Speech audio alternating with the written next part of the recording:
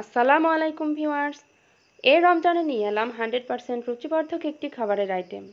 গ্রাম বাংলার ক্ষেতের আইলে কিংবা পতিত জমিতে দেখা যায় আমরুল শাক বা আমরুলি শাক। অনেকে এই শাককে শুষ্নী শাকও বলে থাকে।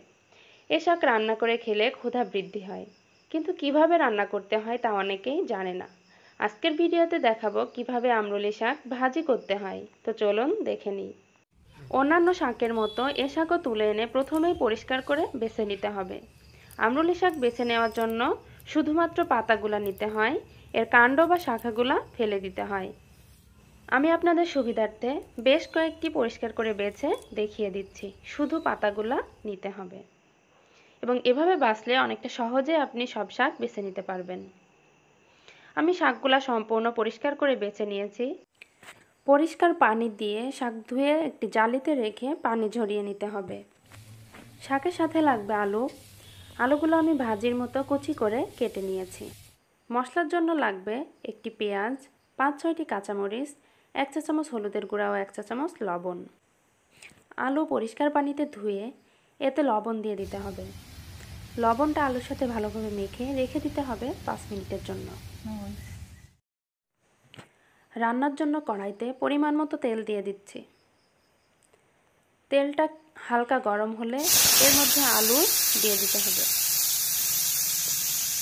লবণ মাখিয়ে রাখার ফলে আলুটা কিছুটা নরম হয়ে গিয়েছে। এর মধ্যে দিয়ে দিতে হবে অন্যান্য মশলা, হলুদ, মরিচ ও পেঁয়াজ কুচি। এখন আলুটাকে ভাজি করতে হবে। এ সময় এক্সট্রা পানি দেওয়ার প্রয়োজন নেই। আলু থেকে যে লবণ পানি বের হয়েছে সেটা দিয়েই আলু সিদ্ধ হয়ে যাবে। আলুটা সিদ্ধ হয়ে আসলে এর মধ্যে ধুয়ে রাখা শাক দিয়ে দিতে হবে।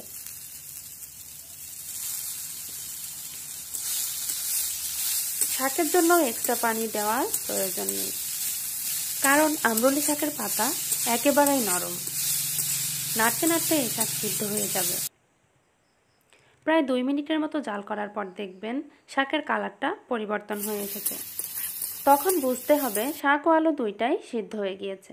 এ সময় নামিয়ে রাখতে হবে তেলে দেওয়ার জন্য। এখানে আমি একটি রসুন কুচি করে নিয়েছি। কড়াইতে পরিমাণ মতো তেল দিয়ে দিতে হবে। রসুন কুচি। নাড়তে থাকতে হবে যতক্ষণ না এটা হালকা বাদামি রং ধারণ করে। রসুনটা হালকা বাদামি হয়ে আসলে এর মধ্যে নামিয়ে রাখা শাক আলু দিয়ে দিতে হবে। আমরুলি শাক বেশি জাল করা যায় না, তাহলে এর স্বাদ নষ্ট হয়ে যায়। তেলে দেওয়ার পর প্রায় 1 মিনিটের মতো হালকা নেড়েচেড়ে এটা থেকে যখন তেল বের হয়ে আসবে তখন নামিয়ে নিতে হবে। টক প্রেমীদের কাছে এ শাক খুবই টেস্টি, তবে হজমের জন্য খেলে আপনিও উপকৃত হবেন। ভিডিওটি কেমন লাগলো কমেন্ট বক্সে জানাবেন। ভালো লাগলে অবশ্যই একটি লাইক দিবেন। নতুন নতুন রান্নার রেসিপি পেতে চ্যানেলটি সাবস্ক্রাইব করে পাশে থাকা বেল আইকনে ক্লিক করে রাখবেন। সকলে সুস্থতা কামনা করে আজকের মতো বিদায় নিচ্ছি। আল্লাহ হাফেজ।